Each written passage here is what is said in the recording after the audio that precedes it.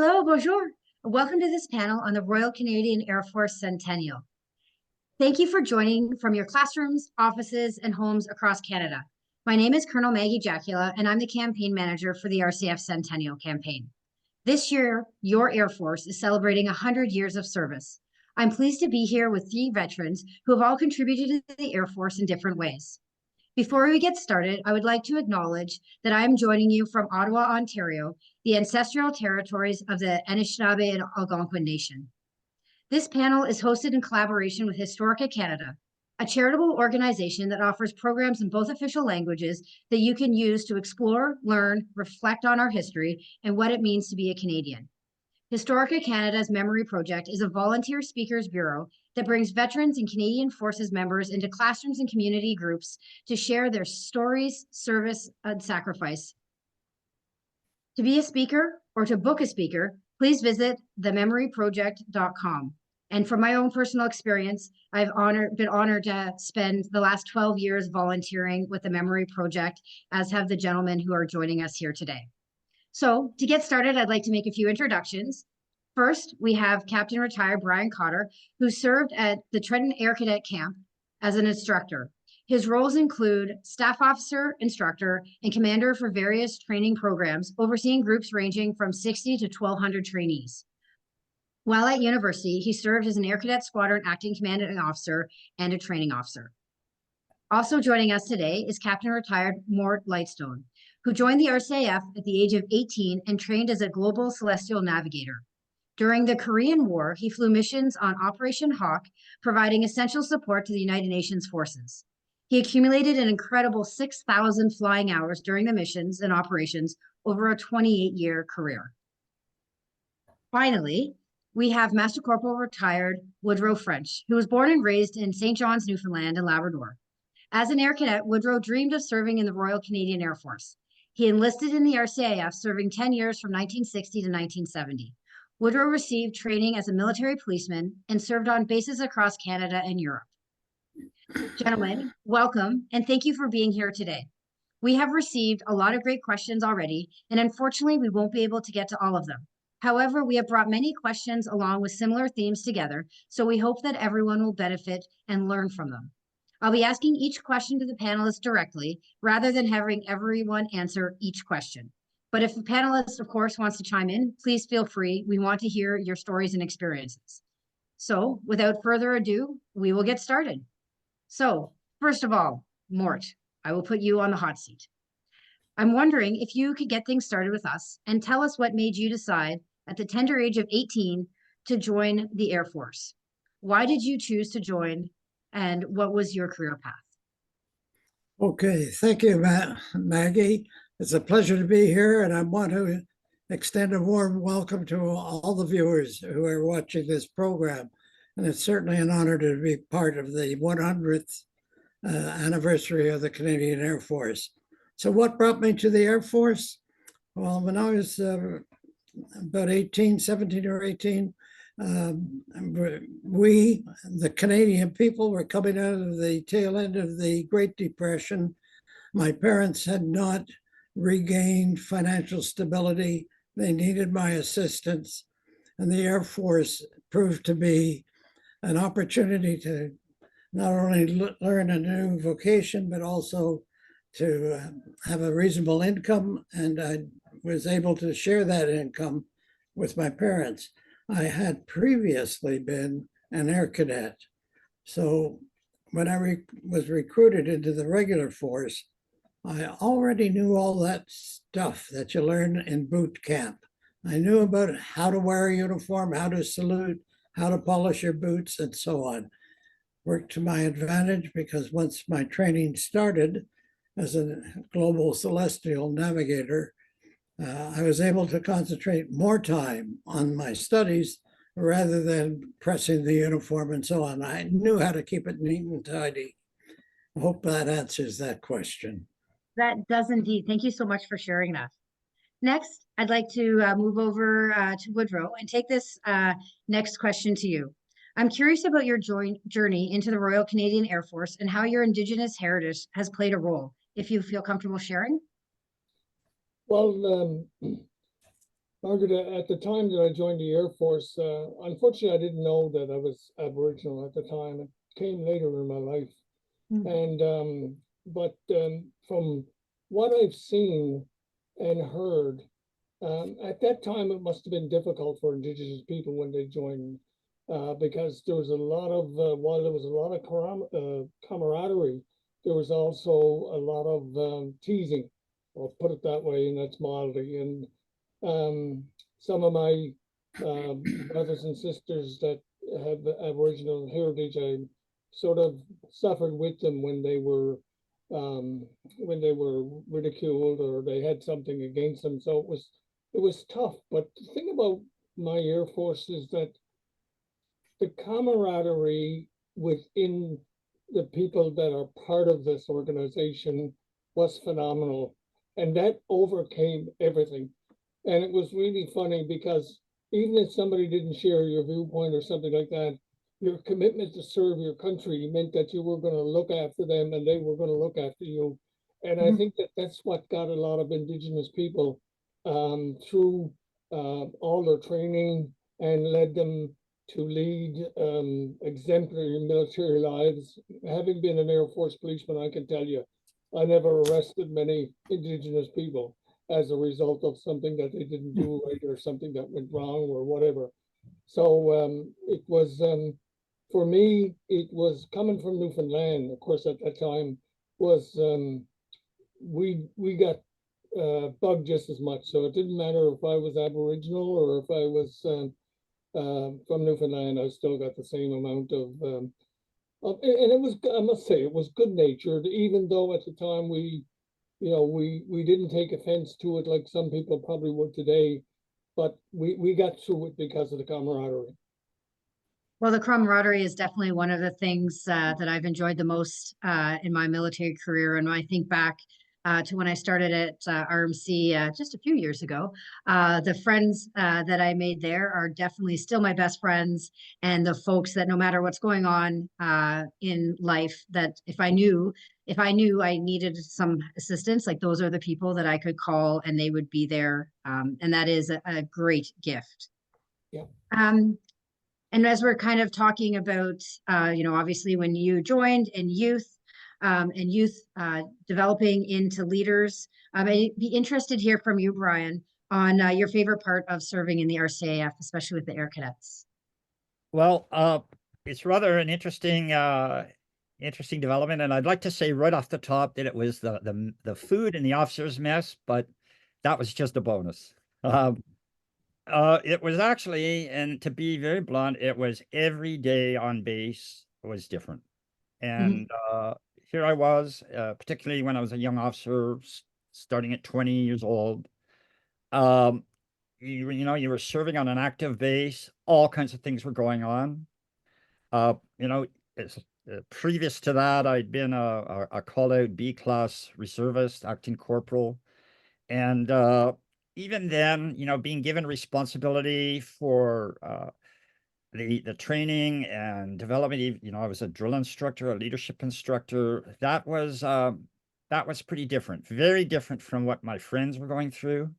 To echo what both Mort and Woodrow were saying, the camaraderie was certainly a big part of that because you were sharing life's experiences, and they were every day was different and things were happening at such a pace.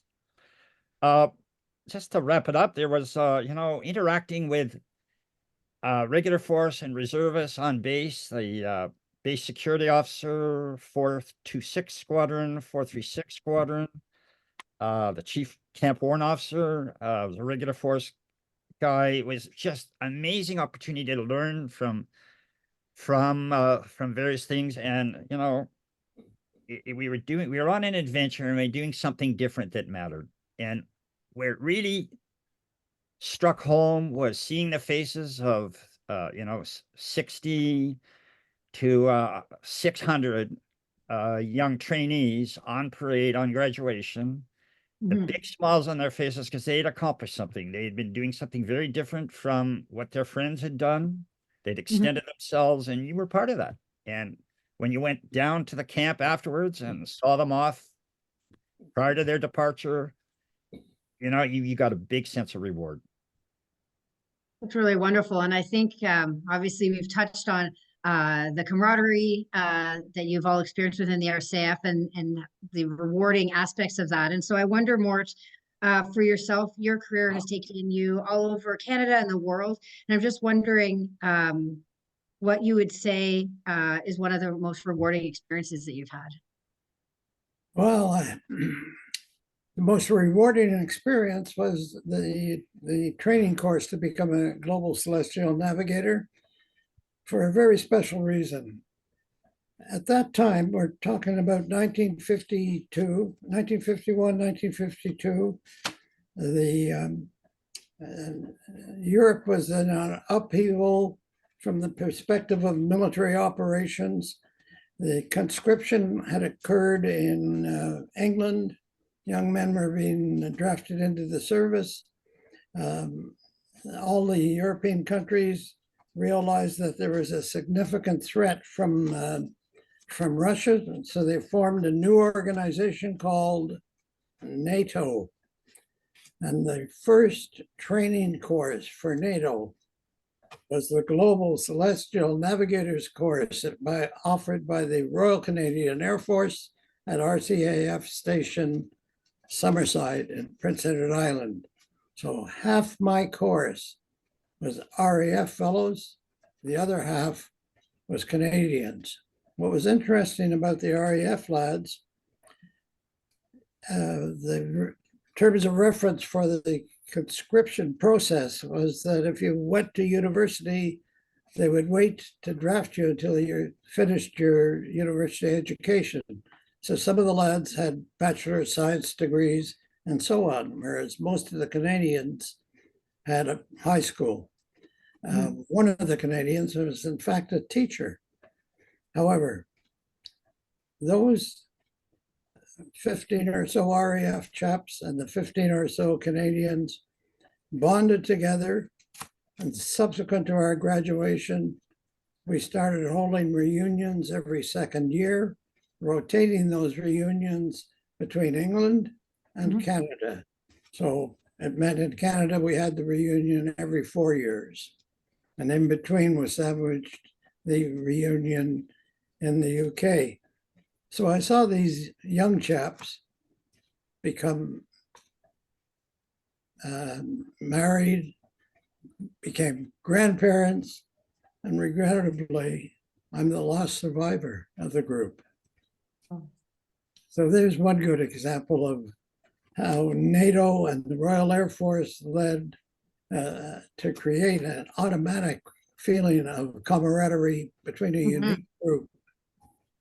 Oh, that's amazing that those bonds endured for so long, and to see everyone go through all the different stages of life is quite a beautiful thing. Thank you so much for sharing that story with us. As we kind of have a bit of reflection, I'm wondering for yourself, Woodrow, when you think back on your career, is there advice that you might give your younger self? Well, my advice is to do what appeals to you. And that's how I got involved in the Air Force. I started off as an air cadet. I got a private pilot's license through the Air Cadets, which is, where else would you get that? I got my discipline and my respect and so on and so forth. Even today, if I were to remove my headdress, I would ask your permission in this environment that we're in today. So that never leaves you, and it gives you a structure for your life that you may not have had prior to joining the military. You meet people from all over the world. You meet people from different parts of Canada.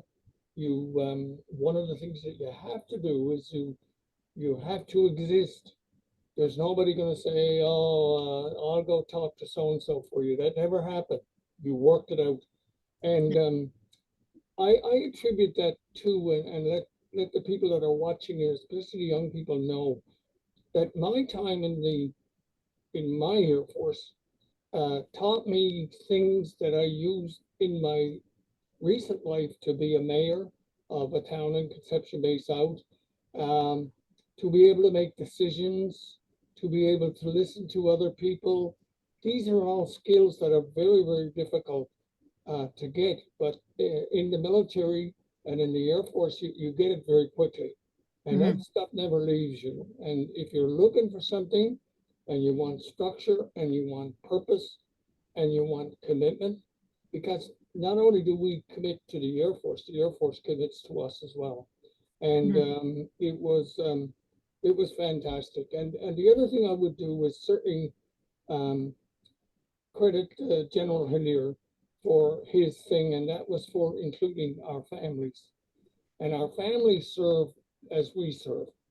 My wife was a young 20-year-old woman in Zweibrücken, Germany, and she had to get along while I was away to one of the other bases. And of course, the camaraderie stretches to our families as well. So for the young people today, it's a fantastic career. The opportunities in the Air Force are second to none with regard to what you can do today. You can be anything from an airline mechanic to piloting a huge airplane that supplies gas to military jets. So your opportunities are fantastic, and sit down and have a look at the Air Force and make up your mind, and you'll never be sorry. Or at least I wasn't anyhow. Well, thank you for sharing that advice to your younger self. It's definitely excellent advice. And of course, the shout out to our families is really important because that our families are the strength behind the uniform. And if people will indulge me for a moment, I will give a little shout out to my mom and dad who are joining us today. My mom was a nurse in the Air Force, and my dad was a logistician in the Army. You can see which side of the genes were stronger. Yeah, our families are definitely super important, and I'm glad that you recognize them as well. Thank you for that, Woodrow. We've talked a lot about reflecting, advice, those sort of things, and I'm wondering for you, Brian, with having had that instructor role, you taught other folks about the importance of discipline, leadership, and more. And I'm just wondering how your time in the Air Force shaped how you are today.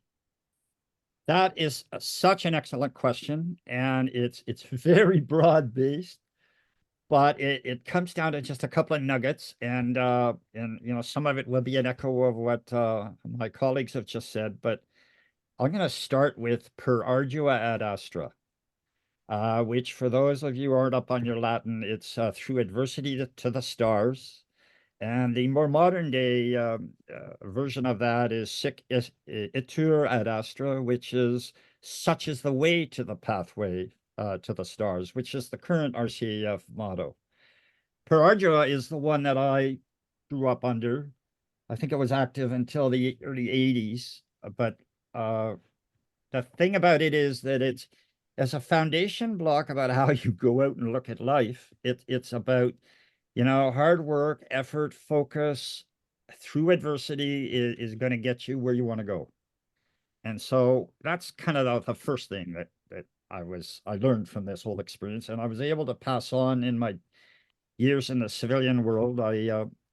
For those of you who don't know, I went on to a 13, 15-year career in book publishing, educational book publishing, rose to a very high management level, and then had to shift gears to, after some adversity, shift gears to television and film, where I ended up as a award-winning executive producer, Emmy nominated, and blah, blah, blah. But the thing is that it comes back to what I learned when I was 18, 19, 20, and probably even sooner. The importance of teamwork, the importance of responsibility and reporting, leadership versus management. And leadership is an interesting thing. It has to do with such things as, treat your people well, listen to them, be fair, firm, and friendly. Never ask of them what you're not prepared to do yourself, those sorts of things. I mean, this is bread and butter for a lot of us. Another one, which is pretty interesting, is dress, deportment, and conduct. And to this day, I'm the best ironer in my house. I do all my wife's outfits, etc. I'm quite proud of that, actually, because and some of us will get a chuckle out of this. But I also learned how to sew, and you never get a second chance to make a first impression. And that's an old sales thing, but it's equally, if you're not well turned out, then what's your frame of mind? That sort of thing. So, things like communication and objectives, setting objectives, and to cap it off, one of the best lessons I ever learned was the importance of paperwork. This was from Warrant Officer Gale, a sergeant warrant officer, regular force. He said, Cotter, the job's not done till the paperwork's complete. Get that. So these are some of the things I learned, and it isn't always easy translating some of that to civilian life. It's a kind of a dog-eat-dog, me first world in the civilian world, but in the Air Force, from my Air Force experience, you just can't afford to be that way. So that's kind of wraps it up. Awesome. Well, it's a great segue for Woodrow and Mort. One of the questions we have from the audience is whether either of you went into a civilian aviation career after the Air Force, and if so, how did the technology compare? That one for me? For you or Mort or Brian, anyone who has comments on that. Well, I can make a comment. Subsequent to retiring from the Air Force, I taught the commercial and private pilot's license at Seneca College to the adult education section. That's the evening classes. That's one way that I maintained my contact with aviation. Subsequent to that, I did produce a monthly bulletin at the Canadian Forces College here in Toronto for about 20 years. So there were opportunities to carry on what I've learned and maintain the contact not only with what progress has been made in the forces, but going back to that question of camaraderie, to meet old acquaintances or make new ones. And did you see a difference in technology between your time in the RCAF and when you were at Seneca College? Were things fairly similar? Oh, no, technology was moving forward at lightning speed. For example, the satellites came along, and with the satellites was GPS. I think the majority of the people in our audience are familiar with GPS. Does all the work that a navigator has to do. So it sort of made navigation a significantly easier job, if not even redundant. However, I have a story to tell about the progress of technology. One of my new friends in my current location is a young gal of about 99. She served in the Second World War at a secret Navy base in Nova Scotia, developing an electronic navigation system that could be broadcast over the waves and through the air so that our ships at sea and our aircraft in the air could find their way wherever they were going. It became a long-range navigation system, and the acronym for that is LORAN. Subsequent to the war, the secrecy was taken off. It's still currently in use to this day, but honestly, I used LORAN in the Korean War, in the Cold War, in the Vietnam, and all the other missions that I was on. It's an excellent navigation aid. There are some side stories I could tell about it, but about LORAN. But I had opportunity here, all these later, after the Second World War, to show this gal, my first name is Brenda, to show Brenda the maps that we used in the secret way that they hid the LORAN information on those charts. Should have seen her face light up, because after all these years, she had never seen or knew how it was actually used. And they're over the oceans or on top of the oceans. Mhm. She was quite thrilled to get that information and to look and touch a Lorraine chart. That's really neat. And it's cool to see some of those, I'm grateful that you can share some of those stories with us because that's one of my favorite parts of the Centennial is that we have these opportunities to share, somewhat lesser known stories and people and events within the history of the RCAF. And in that theme, Woodrow, I'm wondering if there's any stories or elements of RCF history that you think perhaps are a little bit lesser known that you'd like to share. Well, one of the things that comes to mind is as a recruit and talking to young people and that. One thing you learn in the military at the beginning is don't volunteer until you know what you're volunteering for. And I remember one day after we finished our daily routine, we were back in the drill hall, and the warrant officer was up in front of us and told us what was going on the next day and so on and so forth. And he said, I want you recruits to answer this honestly. How many of you recruits have a driver's license? And I was ready to put my hand up, and there was a guy standing next to me who'd been in before, and he grabbed my arm and pulled it down. He said, "Don't put your hand up, don't put your hand up." And I said, "Why?" He said, "You see." And of course, half a dozen of us put their hands up, and the one officer promptly said, "I want you all to go over to the left-hand side of the hangar where you will find some brooms." He said, "Drive them around this drill hall to the sparkles." And that was it.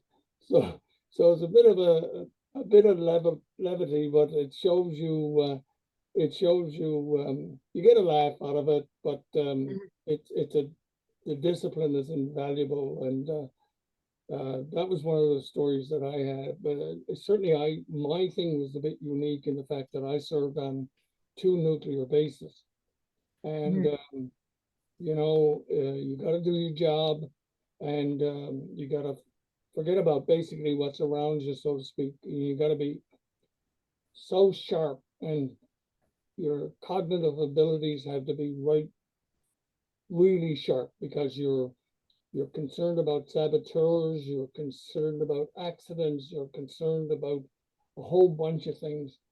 But the discipline that you have, it lets you do what you know is right to do. And we had a thing called a no-loan zone around nuclear weapons, and that meant two people had to go in at the same time. And somebody said to me one day, well, what happens if somebody steps over the line? And I said, well, I'll shoot him. And that was, to me, then with all my training, it was what I was taught to do.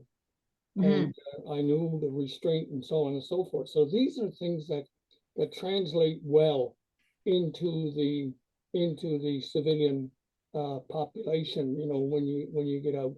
And your decision making, or as Brian called it, your leadership, is invaluable. And you're taught in the military that you don't spend a lot of time on stuff that's useless. You get to the point very quickly, or if you don't, somebody's going to let you know. And that was invaluable as well. So these are a couple of things that I picked up along the way, so to speak. Remember a lot of other things when we get together on a Friday afternoon for TGIF, and that's when you talk about camaraderie. If people were to come to the Legion on Wednesday morning, where there's a bunch of us around, and there's only 2 of us that are Air Force, and talk about the ribbing and that type of thing, yeah, you'd figure that any minute we were going to fisticuffs, and that was just camaraderie. Loved each other dearly, and that learning experience I'll never lose. That's wonderful. And I guess just to round it out with some of these stories, I'm wondering for you, Brian, if there's any famous individuals or notable figures in the history of the RCAF whose stories you find particularly interesting or inspiring.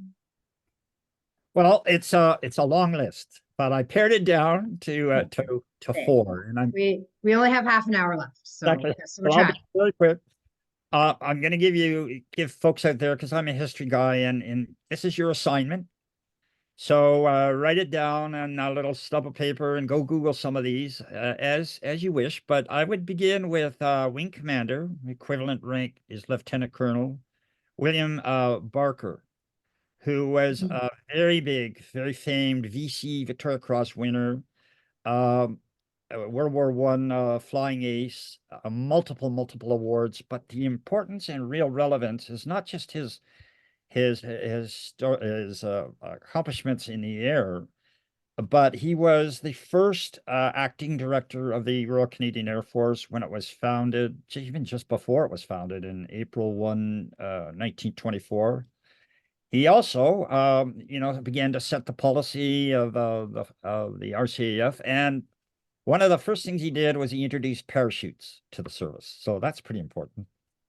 Another one is a personal favorite of mine, Wing Commander, again, Lloyd Chadbourne, a very famous fighter leader in the mid era of the Second World War, a Canadian from Aurora, actually, and he was killed on operations over Normandy in a mid-air collision, but not before he had an amazing accomplishments in terms of leading 127 Wing, which is, I believe, 3 fighter squadrons escorting U.S. Army, Air Force bombers, etc. A lot of notoriety.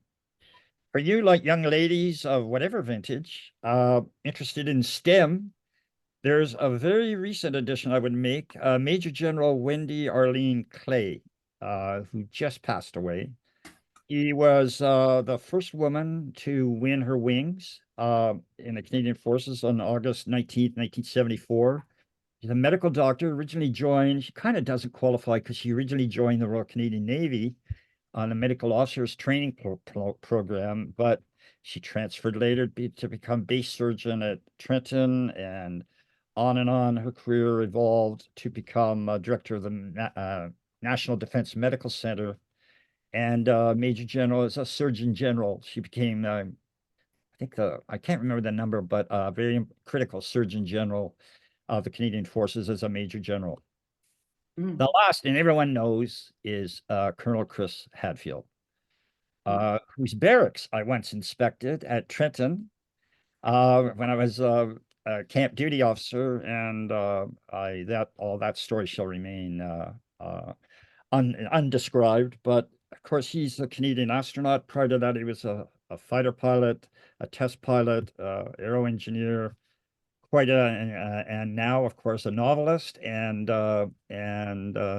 television film personality. So I give you those 4 names. That's awesome. I appreciate that. And that was only in 3 minutes. Oh, So, sure. well done. Just taking one moment to see here, there was a question from the crowd here. So one of the things that we're wondering about for Mort is that, again, kind of going along with the different experiences that you have, we're wondering what the most memorable aircraft you flew in and why.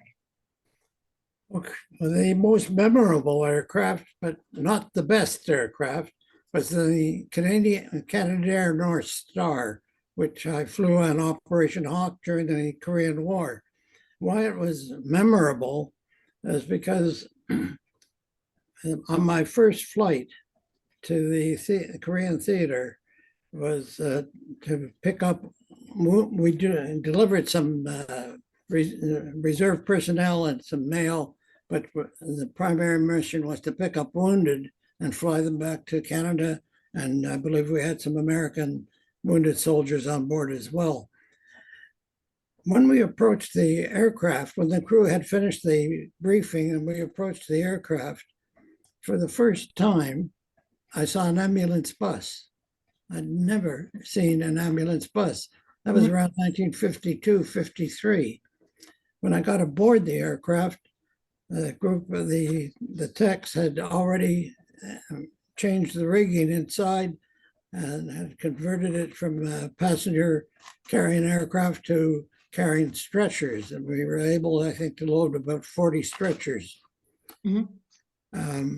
Then we got into the cockpit, did our pre-flight checks. The buses arrived with the wounded and dropped off, transferred them from the bus to the aircraft. And I was determined as a new young officer, once I had the aircraft on course and on altitude, I'd go back there and cheer up the boys. Mhm. Well, we took off, we climbed altitude, and I stepped back into the cabin, and the nurses were scurrying around and their uniforms were already covered with blood. And the reality of war just hit me in the face. It was right there in front of me. And the way I describe that moment in time, it's when the movie ended. War to most people is just a film, but that's not the reality. Mhm. So that's my most memorable aircraft because it's so cemented in my memory. Mhm. Whereas the best aircraft, I was going to say that was my next question. We can't leave it without knowing what the best aircraft is. it's the C-130 Hercules, unquestionable. The items and individuals we've airlifted from here and there, the challenges, the terrain, doing things like JATO takeoff, converting the aircraft in a moment from just engines to engines plus jet propulsion, and off we go. You can take off literally in 30 or 40 feet. Just amazing. Mhm. Yeah, the Herc has definitely been quite the workhorse for the RCAF. And one of the things as we talk about different aircraft, also want to let folks know behind me, obviously, you can see a maple leaf that's made of all the aircraft that the RCAF have flown in the last 100 years. And I'm very grateful to a current serving RCAF member, Sergeant Mark Schooms. He designed this poster for us, and it really means a lot to me because he is someone who is not part of our Centennial team. He's an image tech within the RCAF who was really inspired and wanted to help celebrate the Centennial. And I think it's a great way to showcase all of these fantastic aircraft. And I thank you, Mort, for sharing stories on 2 of them. And at a later date, I'll see how many of the aircraft you can actually identify because I fully admit that I cannot identify them all, but I do have a list of all of them. So I'll be able to check your answers. So moving on, question over for you, Woodrow, is a lot of times within the RCAF, we spend a lot of time doing training and exercises to keep our skills up to date. That's definitely a big part of our lives. And I'm just wondering if you felt that your training prepared you for the real thing.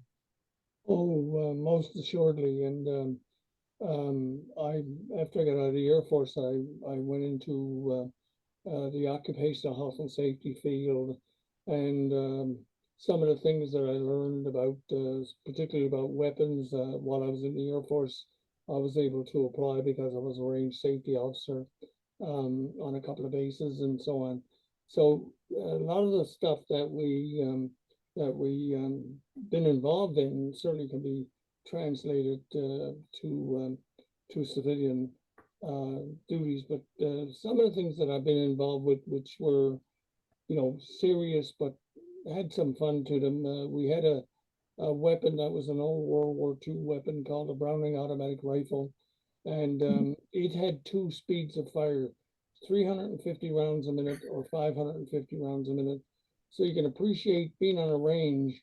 We had to tell the people that were doing the training, as on the fast rate or on the slow rate, because it don't take long to fire 550 rounds. But this thing had a kick to it, it was like a mule, to say the least. And to watch some of our guys that were supposed to be, rough and tumble, get down and snug up to this weapon And as they were firing the weapon, watched them being back down the ramp that they were lying on, was really something. And of course, after they finished their shooting, they look at you and they were blushing for sure over, well, you know, Corp, that shouldn't have happened, should it? And so you share a laugh with them and that.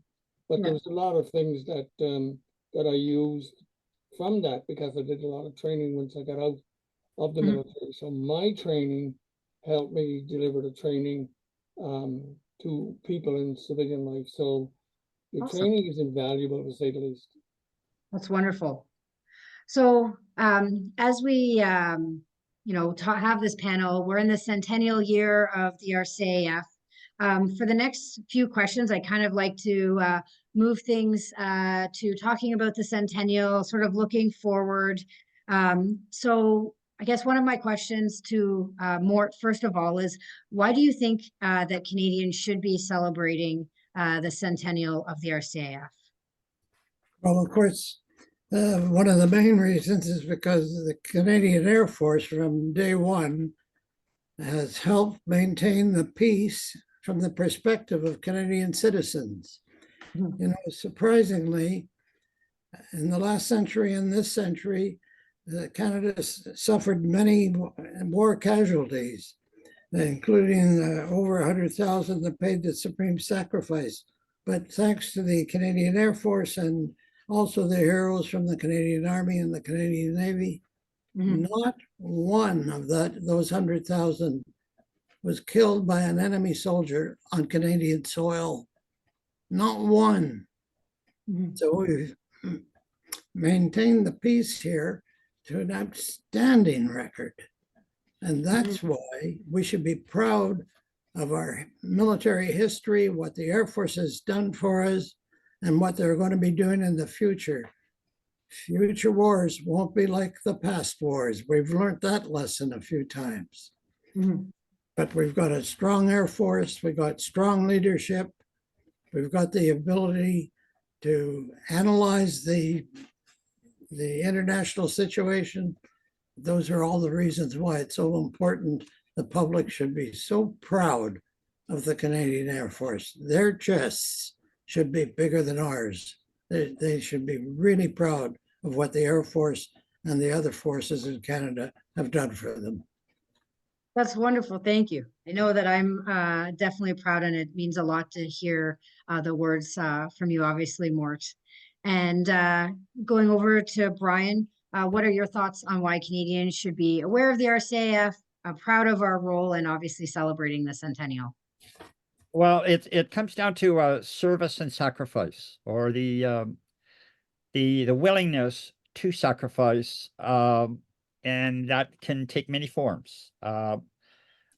In terms of you know legally or operationally, there's an RCF, clearly stated RCF mission, which I'll just paraphrase here, to provide the Governor General and Canadians with a relevant, responsive, and effective air and space instrument of national power.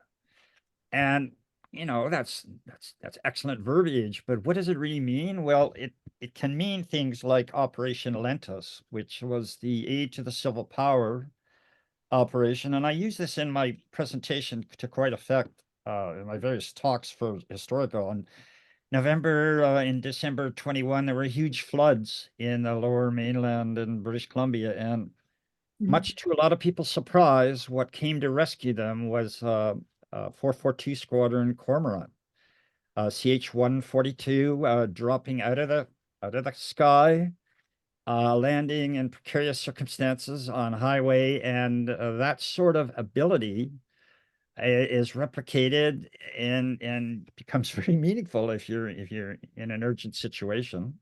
Mhm. Another good example is the again an aid to the civil power one, where 436 and 429 Squadrons Hercules, the new J models, evacuate, and it may be on a much more regular basis now, northern communities being threatened by fire. Mhm. Here in Toronto, we regularly see SAR helicopters flying and Hercs from 424 Squadron flying around the lake, Ontario, locating, often saving people who've gotten into distress. Mhm. But picking up on something Mort said, and this is a little story from one of my first commanding officers, Lieutenant Colonel Massier, now passed away long ago. He was an F-86 pilot, and he did some time in the 1950s with one of the 4 Sabre wings in Germany, who were the best day fighters assigned to NATO.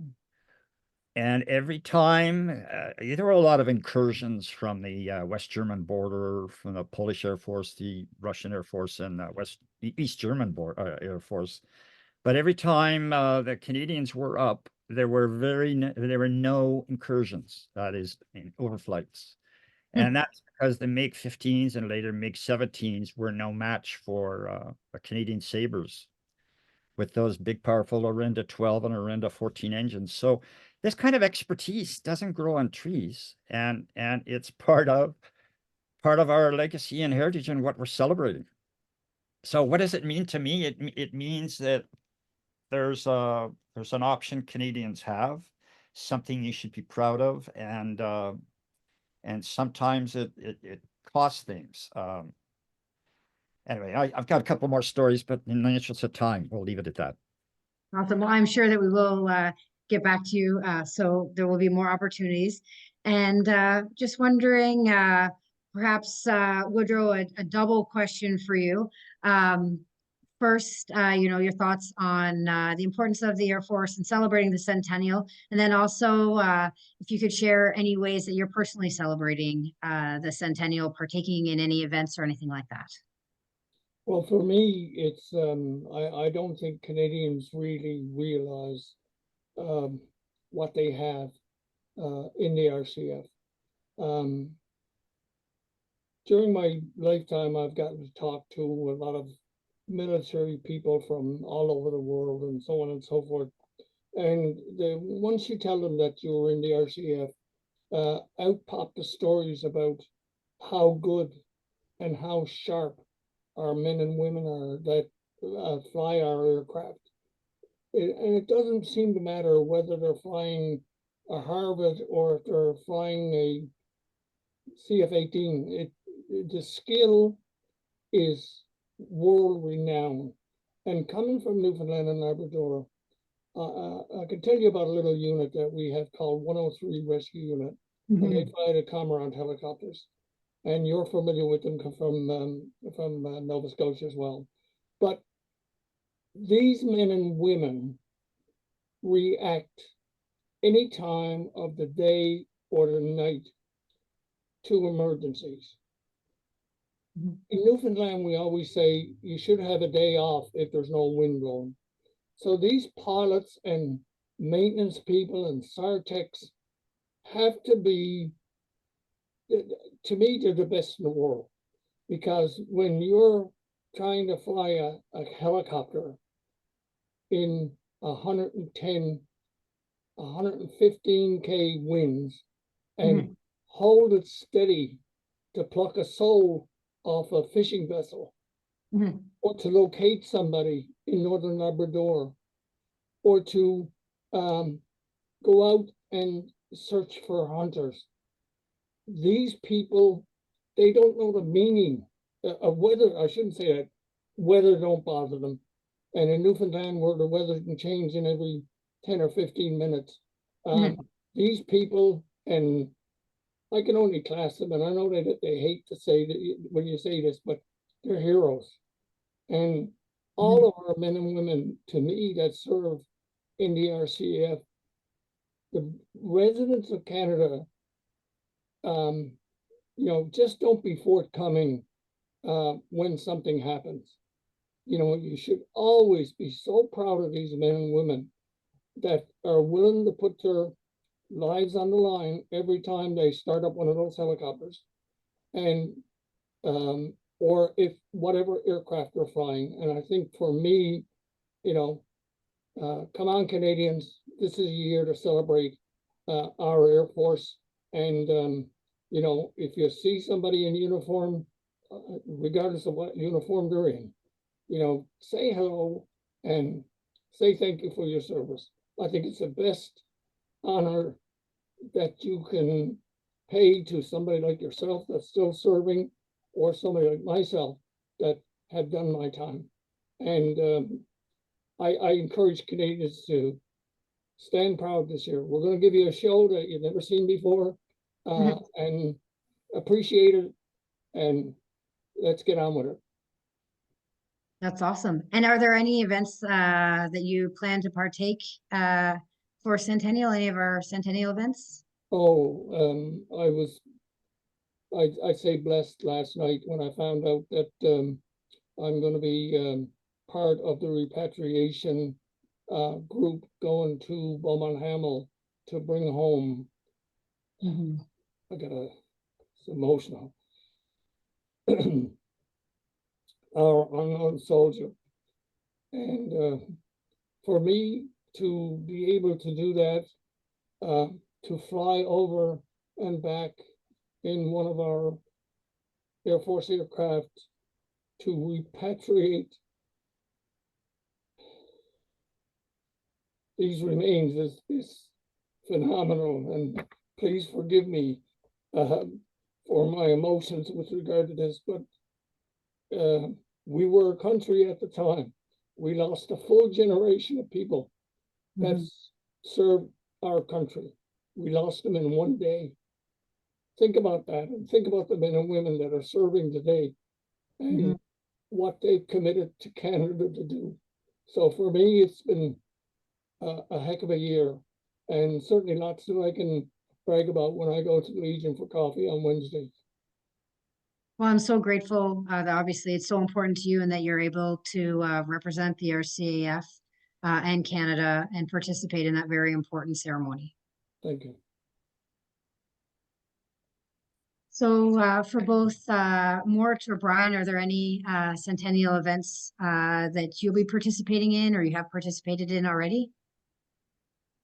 Well, just to jump in here, part of the thing I'm doing is cutting. That's a television and film expression, meaning editing a film that I'm going to present at the Canadian Aviation Historical Society on, and that's in June in Saskatoon. So the clock's ticking.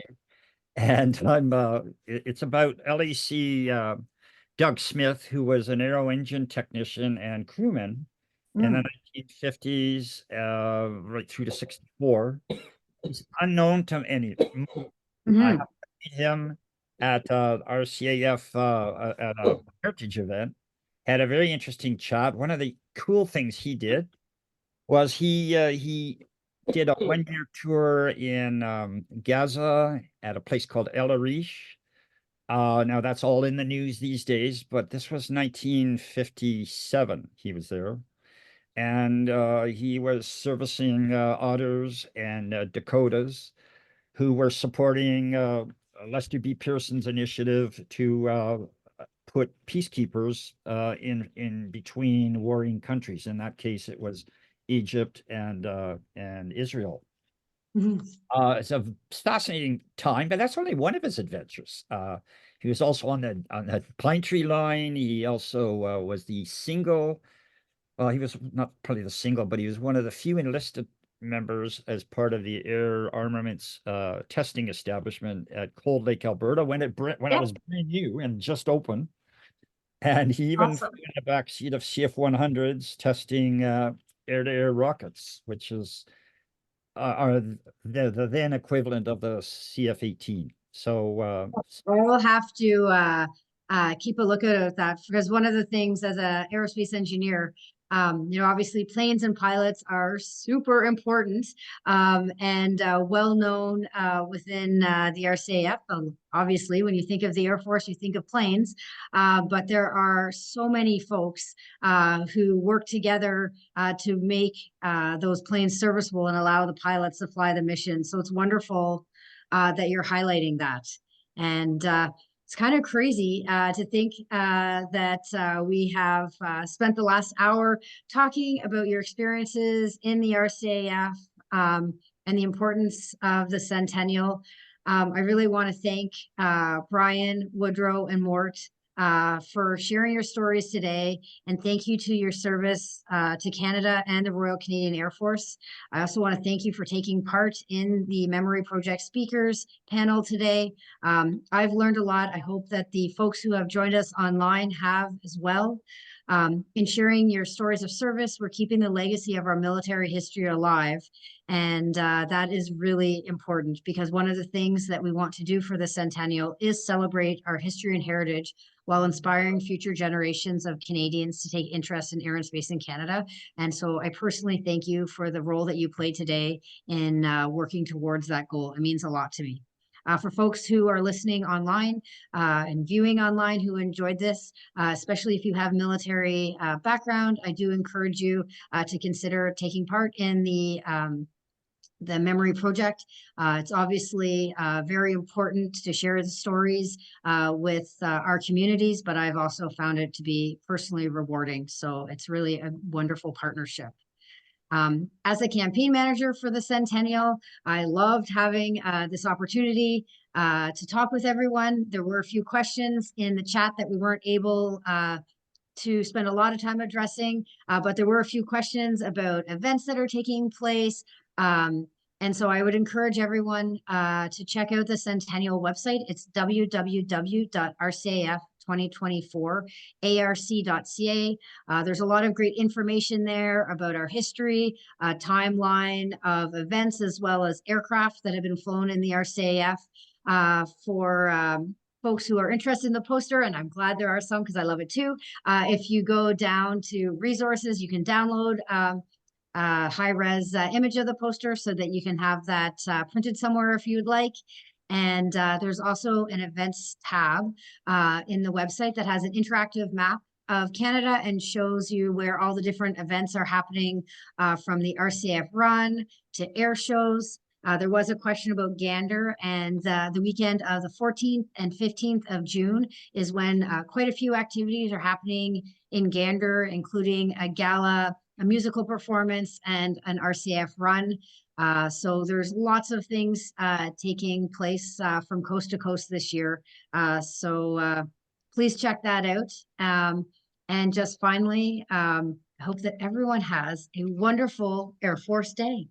So thank you so much for being here. And I know that the folks at Historica Canada and the Memory Project will reach out to folks who had questions about future events that are happening to commemorate our history, and we'll be happy to answer those questions for you.